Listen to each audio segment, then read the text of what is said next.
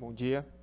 Em primeiro lugar, gostaria de agradecer o convite da organização do Good evento. morning. First of all, I would like to Para mim é thank the organizers uma for honra the estar aqui invitation. hoje, It's né? a great honor for me to be No here meio today de, sem dúvida nenhuma, among dos principais the pesquisadores main no mundo researchers nessa área. in the Eu nem world sei for se eu this estou area, à altura, and né, de I'm not sure if I'm poder up aqui to hoje this contribuir de challenge alguma to forma. be here and to Na contribute in some way. verdade, agradecer então ao Actually, convite do professor I would like João to thank Bosco Professor Pesseiro. João Bosco Eu Pesseira's vim conversar um invitation, pouquinho hoje com and I vocês a came here respeito to de alguns tell you interesses about some na área da of pesquisa do nosso grupo. research Na verdade, o interests nosso for our grupo ele não group. está Actually, efetivamente our group ligado is not na questão da effectively genômica. connected Na to verdade, genomics. o interesse do We nosso grupo are é actually entender como o interested músculo in esquelético ele understanding se how adapta aos skeletal estímulos, muscle principalmente a adapts to questão stimulus, do ganho de massa muscular. especially in Então, eu, gaining como muscle professor de mass. educação física, So since I am a sempre me physical deparei, né, com education essa teacher, questão, com essa questão I've mais always prática de seen the ganho de practical massa, né, de side ganho of de massa gaining muscular.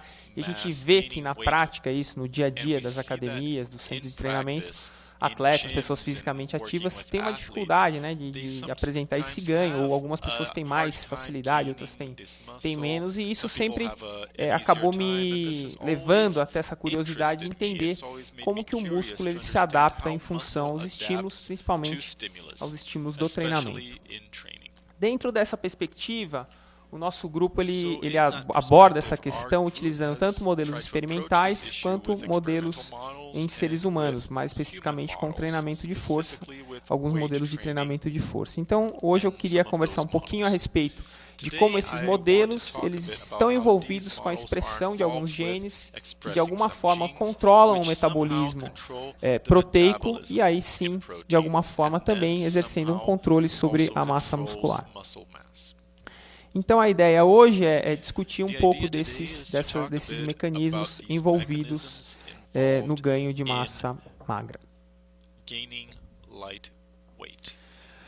Sem dúvida nenhuma, o tecido muscular é um dos tecidos que apresenta a maior plasticidade no nosso organismo. Ele tem uma capacidade bastante impressionante de se adaptar às diferentes demandas que lhe são apresentadas. Sem dúvida nenhuma, em função do estímulo específico, esse músculo ele vai apresentar uma resposta fenotípica específica. E aí o que a gente espera em função do estímulo de sobrecarga de treinamento é uma resposta direcionada para o ganho de massa muscular. Em contrapartida, em outras situações nas quais nós temos decréscimo desse estímulo para o músculo, como na microgravidade ou até durante o processo de envelhecimento, esse músculo também responde de uma forma contrária.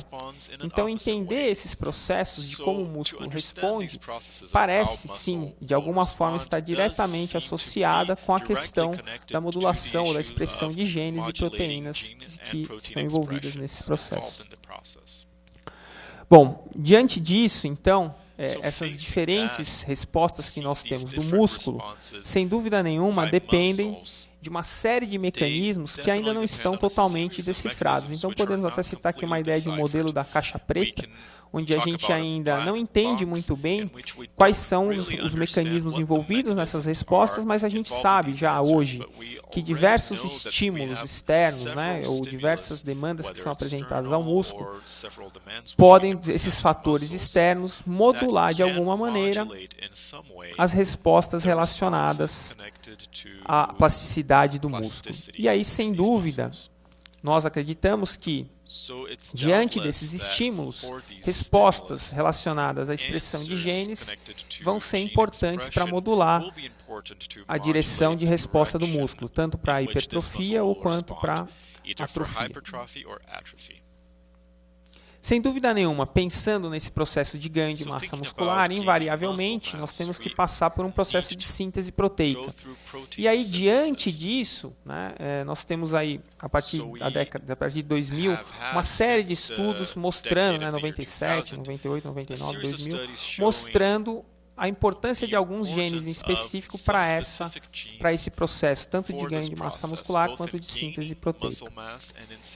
Dentro desse contexto, desses genes candidatos aí alvo para controlar a massa muscular, nós podemos destacar principalmente o gene envolvido com a síntese proteica, com o processo de síntese proteica, que é a quinase mTOR.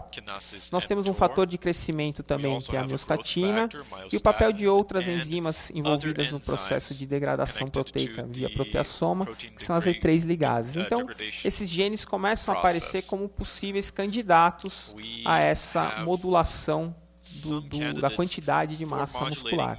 E aí, em função disso, nosso interesse é entender um pouco como que os estímulos externos, principalmente relacionados aqui ao exercício ou às demandas que o músculo pode receber, mecânicas, né, demandas mecânicas, como que isso vai impactar na expressão e na sinalização de algumas dessas vias envolvidas com o controle da massa muscular. Bom, então, inicialmente eu vou falar um pouquinho a respeito da questão da miostatina. Sem dúvida nenhuma, é um dos principais aí, controladores desse processo, e nós já conhecemos esse fenótipo relacionado ao ganho de massa muscular exacerbada há mais de 200 anos. Porém, recentemente isso foi desvendado, ou qual seria o principal mecanismo relacionado a esse tipo de fenótipo. E esse paper, então, ele foi publicado em 1997, tentando, então, ou demonstrando para a gente qual é o papel desse fator de crescimento no processo de ganho de massa muscular. E aí, a partir da descoberta da miostatina, diversos outros estudos surgiram em relação a esse tipo de adaptação. Já foi mostrado, né, exaustivamente aqui essa foto e essas imagens, mas só para ressaltar que essa alteração, essa mutação é capaz de provocar um ganho exacerbado de massa muscular em animais e também, recentemente, isso demonstrado em seres humanos. Né? Então, isso foi publicado em 2004 no New England Journal of Medicine. Bom, só rapidamente, então, para familiarizar a respeito de como a miostatina funciona no nosso organismo. Então, ela é produzida no músculo e vai funcionar de forma autócrina parácrina. Né? Então, uma vez ativado esse gene, vai haver um processo de produção, uma transcrição desse gene numa molécula de RNA mensageiro, posteriormente uma proteína. Essa proteína, então, vai ser secretada e aí vai sofrer um processo, vai ser secretada na forma de um complexo latente e vai sofrer um processo de clivagem. Após essa clivagem, então, a miostatina, esse fator de crescimento se torna ativo, podendo, então, se ligar a um receptor de membrana. Após essa ligação, o que a gente espera é uma atenuação do processo de hipertrofia e, durante o desenvolvimento, uma atenuação do processo de hiperplasia também. Mais especificamente, então, para a gente entender um pouquinho desse processo de sinalização, a miostatina, esse fator de crescimento, ele se liga a um receptor de membrana. Uma vez, então, a miostatina se ligando ao receptor de membrana, há uma coativação de um segundo receptor que tem a capacidade de fosforilar substratos, mais especificamente aqui as proteínas SMADs. A SMAD2 e a SMAD3 fosforiladas, elas formam um complexo com a SMAD4, que na verdade vão funcionar como fatores de transcrição. Esses fatores de transcrição, então, agora ativados, são translocados para o núcleo e, a partir disso, vão atuar nos seus genes alvos. Alguns genes alvos importantes relacionados à ativação da miostatina seriam as ubiquitinas ligases, FOXO1, alguns moduladores do ciclo celular e outros fatores miogênicos. Então, em função da sinalização exercida pela miostatina, a gente tem uma resposta de ativação de alguns genes que estariam envolvidos, por exemplo, no processo de ganho de massa muscular, mais especificamente de degradação de massa muscular. Posteriormente, em 2001, foi publicado um artigo pelo mesmo grupo que identificou a miostatina, demonstrando a capacidade de se inibir a ação da miostatina, usando, na verdade, uma técnica de superexpressão de um outro composto, de uma outra proteína do nosso corpo, que é a folistatina. A folistatina, então, sendo superexpressa, ela atua como antagonista da miostatina. E esses animais que apresentaram essa modificação, eles apresentaram um ganho de até 300% na massa muscular. Aqui só para mostrar a imagem, né, nós temos aqui o animal controle e aqui o animal que superexpressa a folistatina. Então foi identificado esse fator que é capaz de antagonizar a ação da miostatina. Bom, diante disso, então, o nosso grupo tem investigado, usando modelos animais e também usando modelos humanos, essas respostas, ou a resposta do gene da miostatina. Nesse primeiro trabalho, publicado no periódico Muscle and Nerve do nosso grupo, nós analisamos o processo de crescimento longitudinal do músculo esquelético. Então, para isso, nós usamos um modelo experimental já bastante investigado na literatura, principalmente pelo grupo do professor Goldspink, onde nós realizamos um alongamento crônico do músculo, aqui no caso, na figura, só para exemplificar o músculo sóleo, durante 4 dias, 96 horas de alongamento crônico. Então, o animal permanece nesse processo de alongamento crônico e o músculo responde muito rapidamente nesses 4 dias, apresentando um ganho aí de aproximadamente 20-25% de massa muscular em 4 dias. E aí, o que nós fomos investigar em relação a esse processo, né? Nós realizamos, então, um curso temporal de alongamento, né?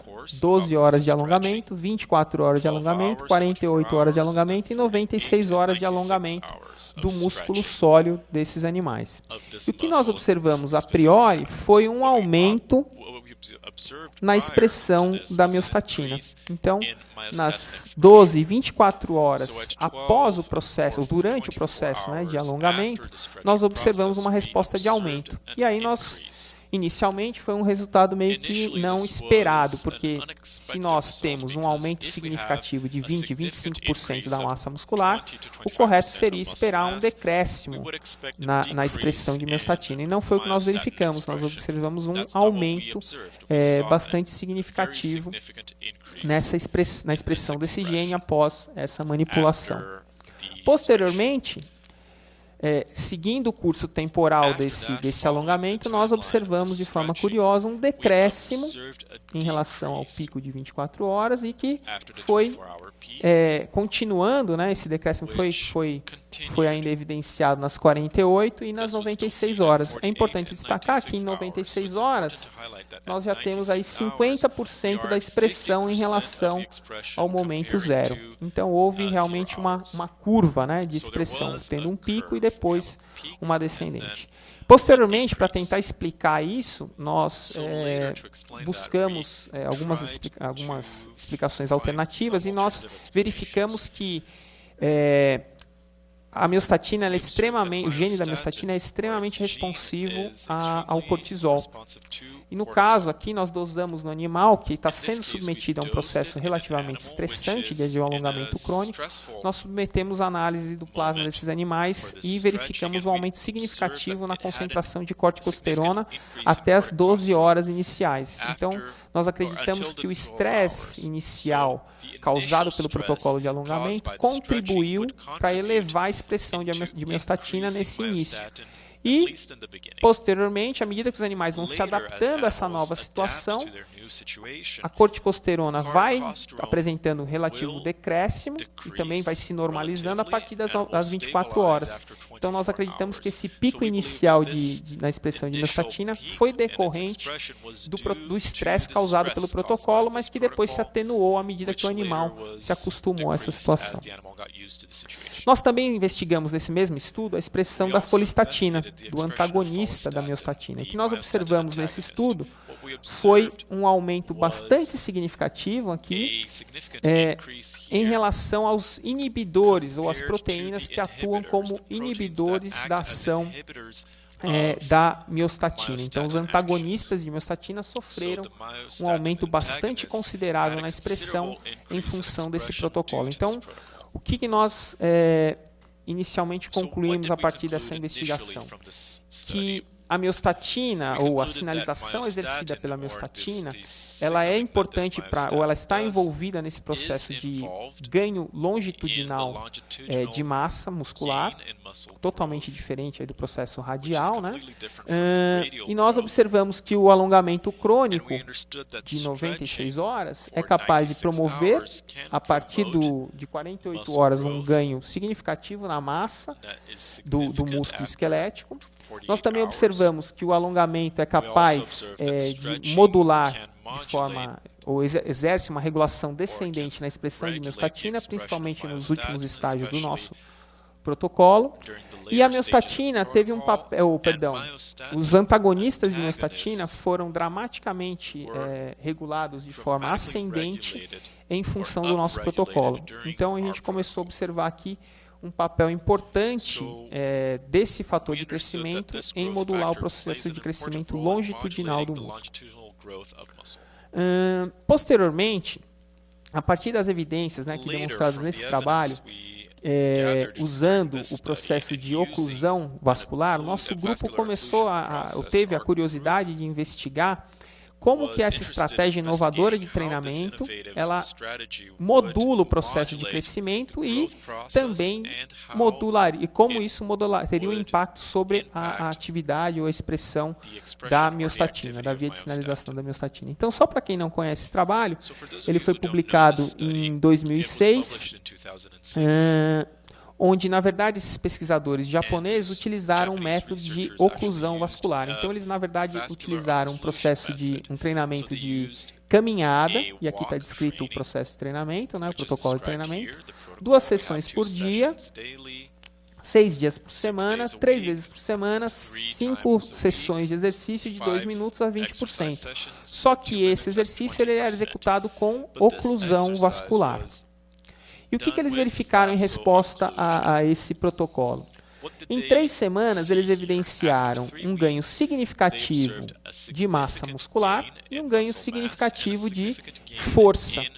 O que nos chamou bastante atenção em relação à questão da especificidade do treinamento é que esse é um modelo de treinamento completamente diferente do que nós temos de prescrição para maximizar resposta de hipertrofia. Nem treinamento de força não é, né? Treinamento de caráter aí mais aeróbio, se é que a gente pode classificar isso como um treinamento, né? Mas de qualquer forma, o que nos chamou a atenção foi a capacidade desse processo de oclusão vascular modular uma resposta tão significativa em termos de hipertrofia.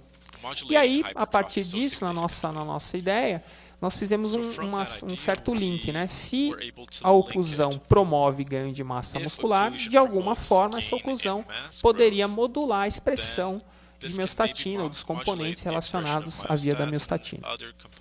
Então, a partir disso, nós realizamos uma investigação, um estudo de caso, usando um paciente portador da miosite de corpúsculo de inclusão. Então, é uma doença extremamente rara e, na verdade, essa ideia veio a partir de uma incapacidade desse paciente de responder a estímulos, principalmente a estímulos de treinamento. Então, ele não tem condição de realizar um treinamento em alta intensidade capaz de maximizar a hipertrofia. Em função disso, nós pensamos em utilizar, o nosso grupo pensou em utilizar a oclusão vascular como uma forma de viabilizar um estímulo adequado para o músculo, mimetizar um estímulo adequado para o músculo, tentando então promover o processo de hipertrofia. Uma parte desses resultados já foram publicados e essa parte ela está submetida, está em análise. Então, aqui só para demonstrar inicialmente o quadro pré e pós do nosso paciente, e nós tivemos aí um ganho significativo de massa muscular após a nossa intervenção. É importante destacar que esse foi o primeiro trabalho que demonstrou ganho de massa muscular num paciente portador dessa doença.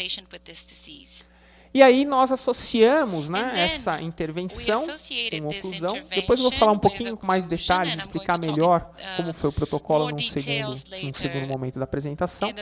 Mas nós evidenciamos, então, a partir dessa intervenção com oclusão vascular, um decréscimo na expressão de miostatina em torno de 20%, e aí aumento em 2 dos antagonistas relacionados à sinalização da miostatina. Então, a folistatina e a folistatina 3 apresentaram um aumento significativo. Nós também analisamos a expressão de outros genes envolvidos nessa via de sinalização, como a SMAD7, GASP, entre outros.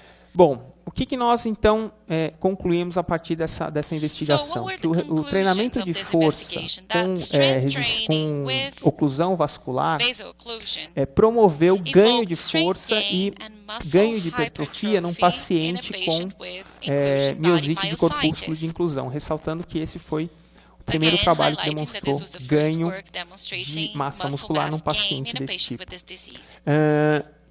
Nós também conseguimos observar que o treinamento de força com oclusão vascular modulou a expressão de genes favorecendo a hipertrofia, como o decréscimo que nós evidenciamos na miostatina.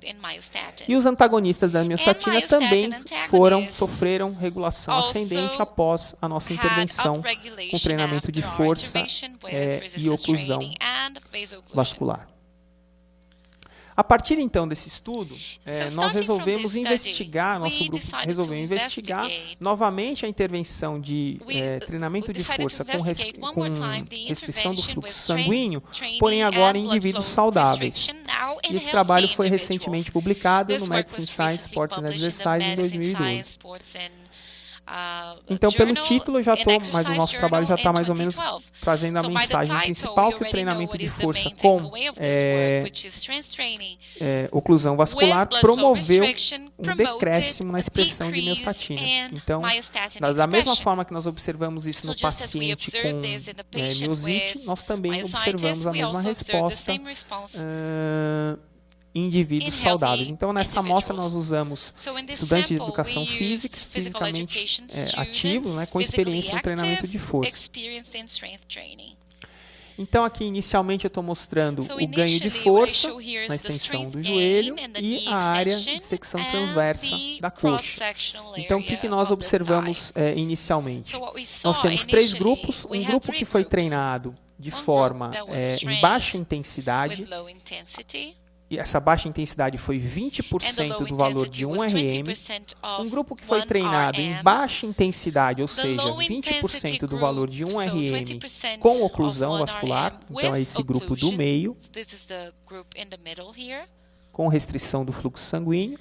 E um terceiro grupo que foi treinado a 80% do valor de 1 RM, então para atender as recomendações direcionadas para ganho de força e ganho de massa muscular. Então, nós temos 3 grupos diferentes no nosso design. Baixa intensidade a 20%, baixa intensidade com restrição do fluxo sanguíneo e alta intensidade a 80% do valor de 1 RM. Então, nós observamos aqui inicialmente um ganho de força para os 3 grupos em relação à condição pós-treinamento em relação ao momento pré. Todos os grupos responderam em termos de ganho de força. Com relação ao ganho de área de secção transversa, ou aí refletindo a questão da hipertrofia, o ganho só apareceu de forma significativa para os grupos treinados com baixa intensidade e restrição de fluxo sanguíneo e o grupo alta intensidade, a 80% do valor de 1 RM. O grupo baixa intensidade sem oclusão, a barra branca aqui representada, não apresentou ganho de massa muscular após o nosso processo de treinamento. Então, a partir desse resultado, nós fomos investigar o que aconteceu com a resposta da miostatina em função desse estímulo. Então, nesse estudo, nós observamos agora um decréscimo significativo da miostatina apenas para o grupo que foi treinado com baixa intensidade e oclusão vascular e o grupo treinado em alta intensidade a 80% do valor de 1 RM. Então, a gente começou aqui a observar que as respostas entre os 2 grupos, o grupo baixa intensidade com restrição do fluxo sanguíneo e o grupo alta intensidade, apresentavam respostas bastante parecidas.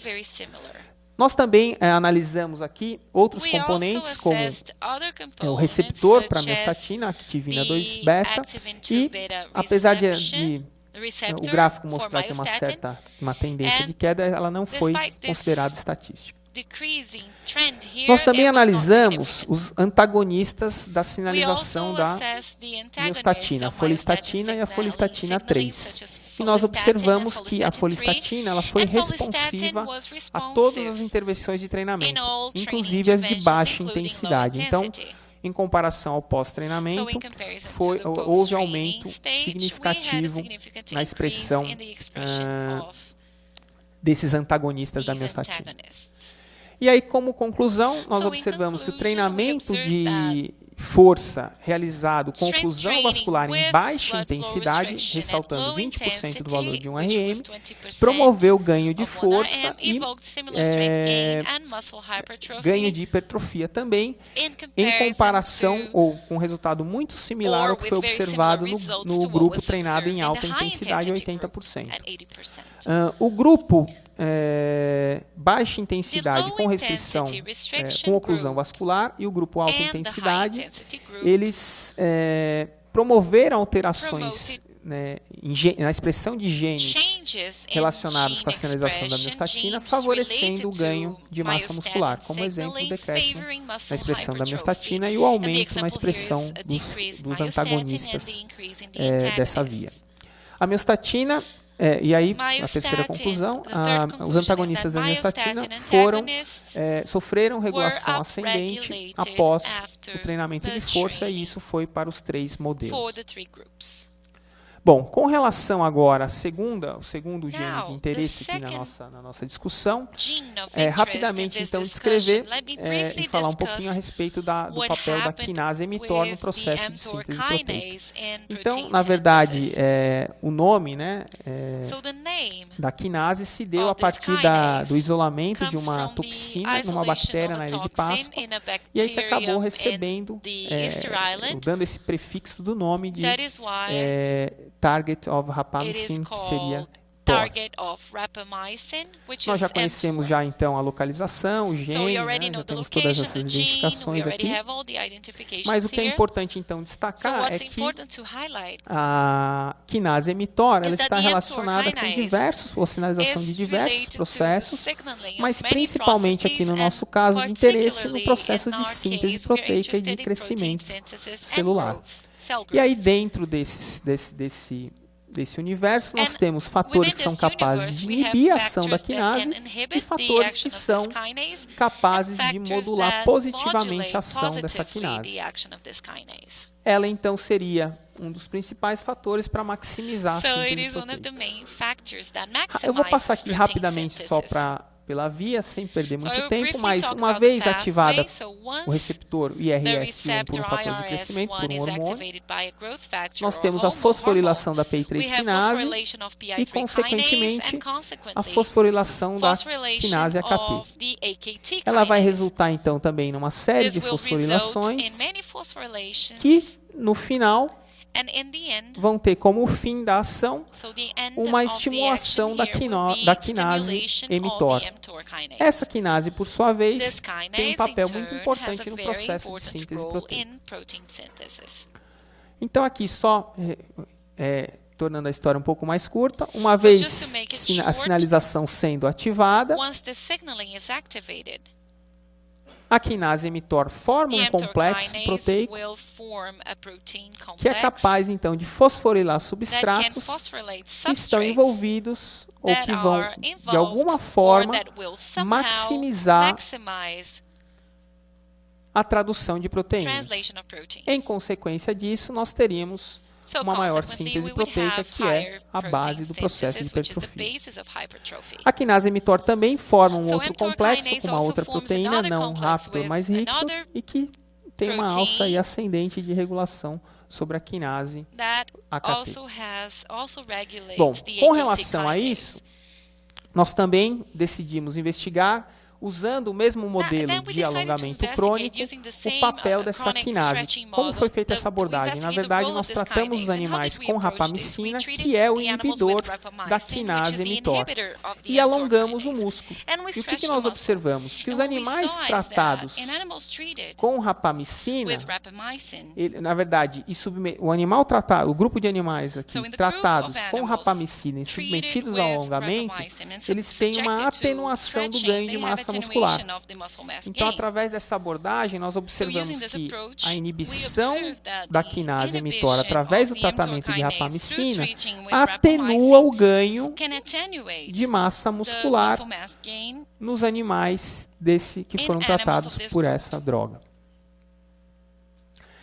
Também verificamos nesse trabalho a expressão do MGF. E nós observamos que o alongamento em si é capaz de maximizar a resposta de MGF, que é um dos possíveis ativadores da via do mTOR. E nós observamos também que o tratamento com rapamicina ele atenua essa expressão de MGF. Não sabemos quais são os mecanismos, mas estamos descrevendo essa resposta. Por fim, nós observamos aqui também a expressão da S6K1, uma quinase que está envolvida nessa sinalização, em função ao alongamento.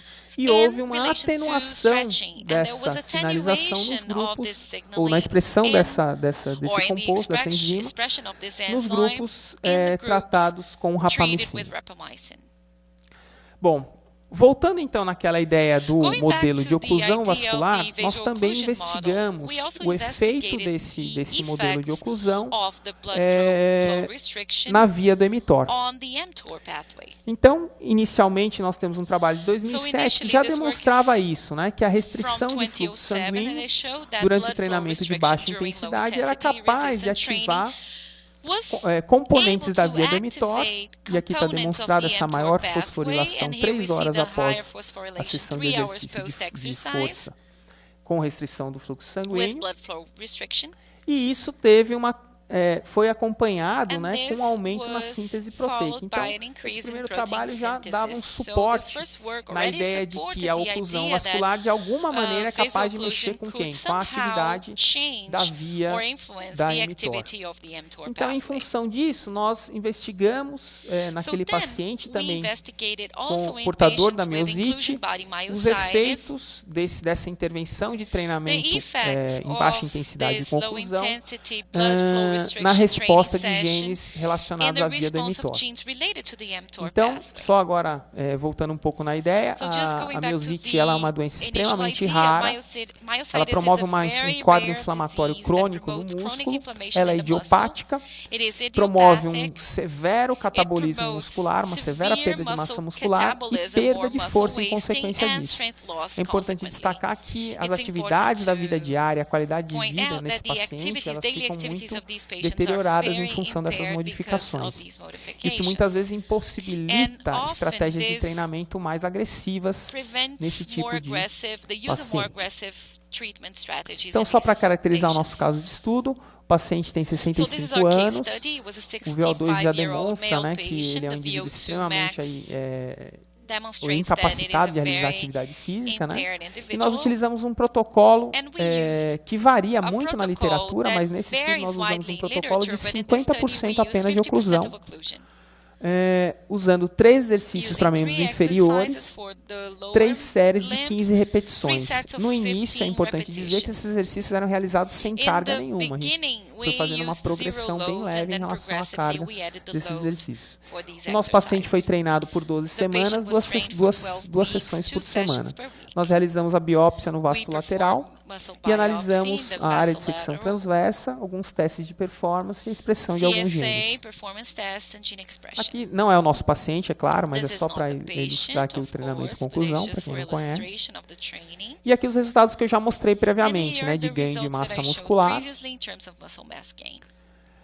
ganho de força, agora estou mostrando a partir desse artigo de 2010, ganho de força no leg press e um decréscimo no tempo de realização do teste Timed Up and Go.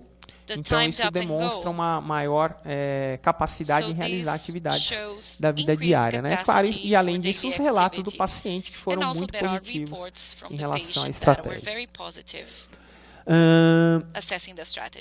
Nós observamos um aumento bastante significativo nesse paciente na expressão de MGF, que aí, na verdade, é a isoforma do IGF-1 que é expressa no músculo e que é capaz de ativar a via do mTOR. E nós também observamos um aumento na expressão da quinase mTOR no músculo desse paciente. Então, mais uma vez, nós observamos que agora, nessa condição específica, que é a miosite, que o treinamento de força com oclusão vascular promoveu ganho de força e ganho de hipertrofia nesse paciente, coisa que é bastante rara. E nós também observamos que o treinamento de força com oclusão vascular aumentou a expressão de genes envolvidas na síntese de proteínas, no caso, a quinase mTOR e o MGF. Na verdade, a mensagem que eu queria deixar aqui mais para o final da nossa conversa é que estudar o processo de ganho de massa muscular é extremamente complexo e, na verdade, eu acredito que ainda estamos começando a abrir essa caixa preta, né? Com certeza mais estudos ainda são necessários e o interesse do nosso grupo dentro desse contexto é investigar um pouquinho mais como as manipulações, as diferentes manipulações do treinamento de força, mais especificamente, como que a organização das variáveis agudas do treinamento, intensidade, frequência, número de repetições, como que isso pode e vai modular as respostas desses genes que estariam, no caso específico, modulando a resposta de hipertrofia. De maneira geral, os modelos que nós temos investigado no nosso laboratório são modelos potentes em modular a expressão desses genes e também são capazes de promover essa resposta de hipertrofia. Na questão do treinamento, mais específico voltado para atletas, o nosso laboratório não tem investigado especificamente essas respostas, mas nós acreditamos que, ao estudar essas interações das variáveis e da manipulação do treinamento de força, a gente possa contribuir para entender um pouco melhor porque determinado tipo de treino utilizado por um atleta pode promover mais ou menos resposta em relação a essa estimulação específica. Eu queria terminar agradecendo os meus colaboradores. Sem esses colaboradores, esses trabalhos não poderiam ser realizados. Professor Anselmo Morisco, do Instituto de Ciências Biomédicas da USP, professor Valmor Tricoli, professor Carlos Ubrinovich, da Escola de Educação Física e Esporte da Universidade de São Paulo, e as agências de fomento, a FAPESP e o CNPq, que viabilizam os nossos estudos. Obrigado.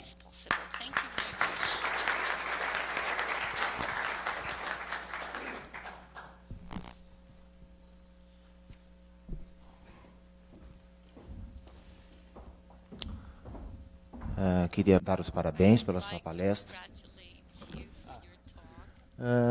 Na palestra anterior, o professor fez uma relação fisiopatológica com relação às transformações químicas, né?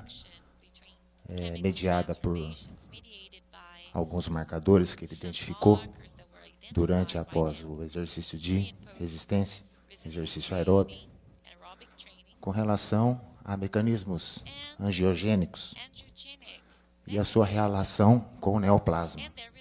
Eu queria saber se você, no seu trabalho, essas repercussões fisiológicas que você comentou, esses fatores anabólicos, até que ponto você vê isso do ponto de vista fisiológico ou fisiopatológico? Porque alguns fatores anabólicos são associados com neoplasma. Eu queria saber se você vê isso, né, no seu trabalho, ou há um borderline do ponto de vista anabólico, essa relação hormonal, né, o sistema imunológico. Bom, acho que a pergunta é bem complexa, mas se eu não estiver mais ou menos na direção que você está perguntando, por favor, me ajude. Mas, na verdade, especificamente na questão do treinamento com oclusão vascular, o que nós temos visto é que a ideia da oclusão é mais ou menos mimetizar o efeito que nós já temos no treinamento de força regular. Porque o que acontece? A gente já sabe que a partir de 60%, 70% do valor de um RM, quando o indivíduo está realizando uma repetição nesse nível de intensidade, já ocorre naturalmente uma oclusão do fluxo sanguíneo. Sim. Então, na verdade, a ideia é você mimetizar essa resposta usando o quê? Usando uma intensidade menor, viabilizando a execução de um praticante que tem algum tipo de limitação e ajustando isso com a oclusão. Agora, em termos de como que isso realmente vai impactar nas vias, ou se isso tem até uma repercussão fisiopatológica, eu realmente não sei te dizer, nem sei se a gente já tem esse tipo de informação.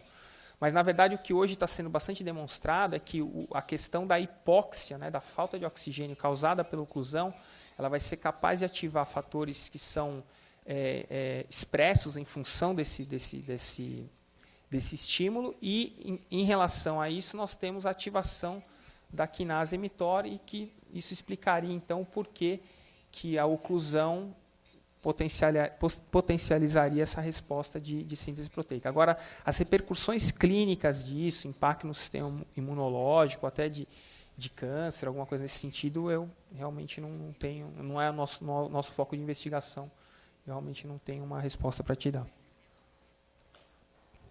O senhor já viu algum trabalho a respeito da inibição da enzima 21-hidroxilase? Não. Relacionada à hipertrofia? Não. E é relacionado o que? A quinase do emitor, uma coisa assim? Então, a inibição da enzima 21-hidroxilase facilitaria ou potencializaria os mecanismos de hipertrofia, né? De síntese proteica. Não, eu desconheço, mas você sabe especificar melhor de que forma, que mecanismo que ela vai atuar? Então, isso não foi bem demonstrado, é um aspecto assim, bastante novo nessa área de enzimologia, entendeu? Eles estão começando a estudar agora. Mas ainda não se sabe aonde que ela atua especificamente? Não. Em que processo que ela atua? Como você falou aí de miostatina, e deve ter estudado bastante, pesquisado bastante, queria saber se nesse estudo você já viu alguma coisa relacionada a essa enzima. Ok, muito obrigado. Obrigado a você.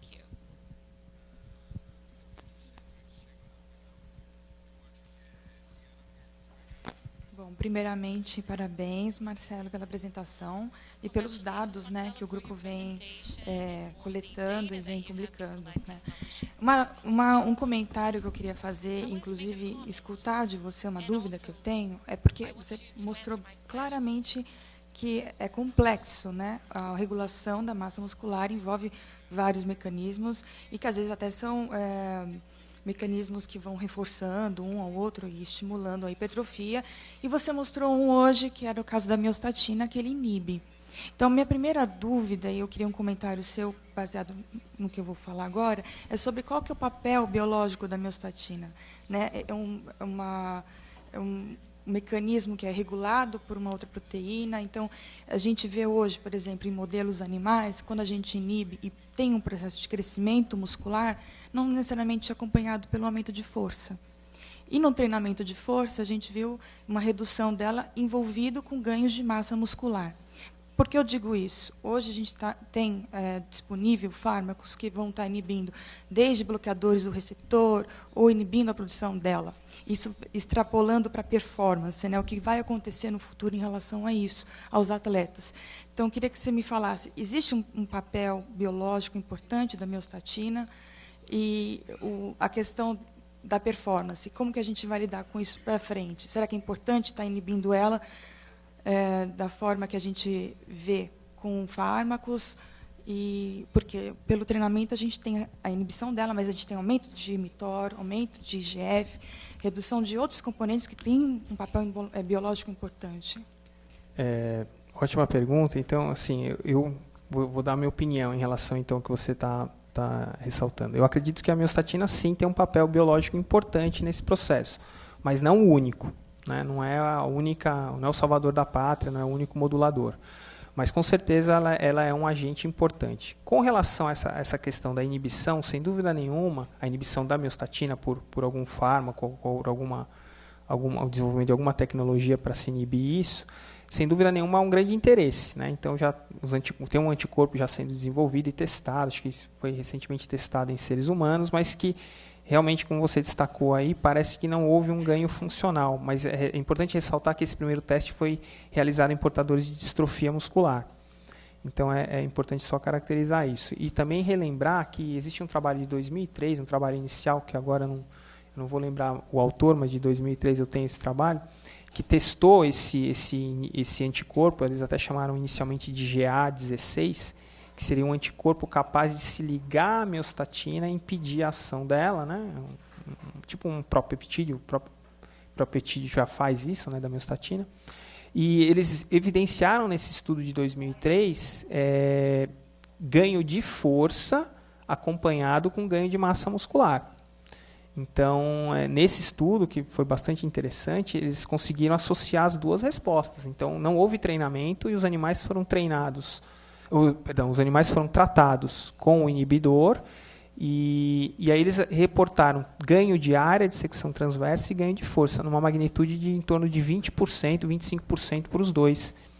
Então, acho que isso reforça esse papel, essa ideia do papel biológico e provavelmente o que aconteceu aí também nesse primeiro estudo que não viu esse efeito do inibidor, é importante a gente ressaltar a limitação da população que foi investigada. Então, a população com distrofia muscular. Então, isso não quer dizer que, de repente, você usar esse inibidor no indivíduo saudável, isso não possa causar um benefício. E aí, assim, a questão ética disso, ou como que isso vai ser tratado no futuro, eu também não sei. Se realmente, vamos imaginar, especular, se o inibidor for realmente... isso não é viagem, o inibidor está sendo desenvolvido, né, já está sendo desenvolvido. O trabalho que eu estou citando é de 2003. Então, já temos quase 10 anos aí que esse trabalho já vem sendo desenvolvido. Então, o inibidor, eu acredito que ele vai ser uma realidade. Agora, como é que isso vai impactar na questão ética do esporte, na utilização, no controle, eu realmente não sei. Mas eu acho que o papel da miostatina, os estudos, né, que vêm sendo desenvolvidos estão reforçando esse papel biológico dela.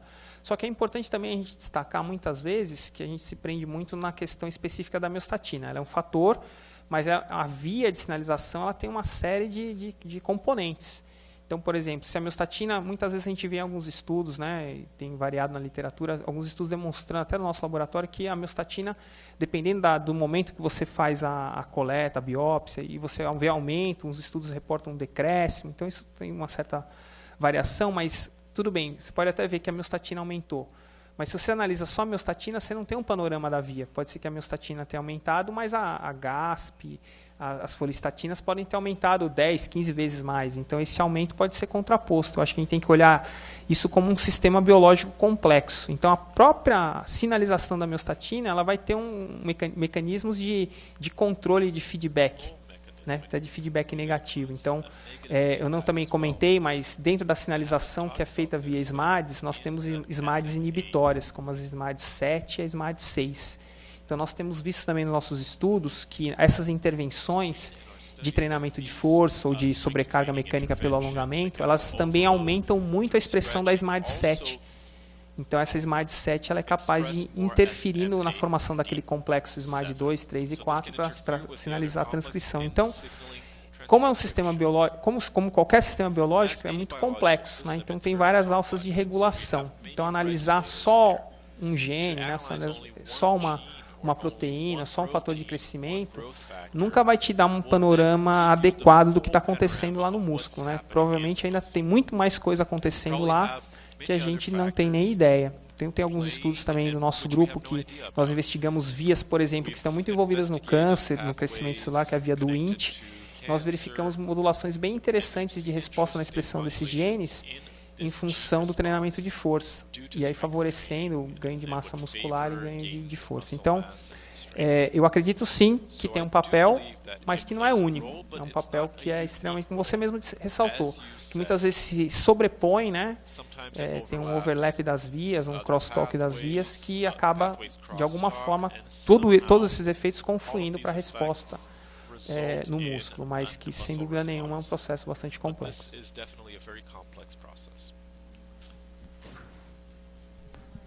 Hello. Hi. Thanks for your very interesting presentation. Obrigado pela sua palestra, foi bem interessante. Eu tenho uma pergunta a respeito do treinamento de baixa intensidade com vaso-oclusão e como isso deu uma mesma resposta à alta intensidade de treinamento. Eu queria saber qual é a conexão. Você mostrou respostas em geral, mas eu queria saber como isso foi percebido originalmente do protocolo de exercícios. Você mencionou a hipóxia, que talvez seja um bom sinal, mas alguém analisou padrões de recrutamento para ver se existe alguma mudança ali? Eu estou pensando em voz alta, mas é possível que algumas subunidades tiveram fadiga mais precocemente e outras fatias tiveram mais estresse devido à restrição no fluxo sanguíneo?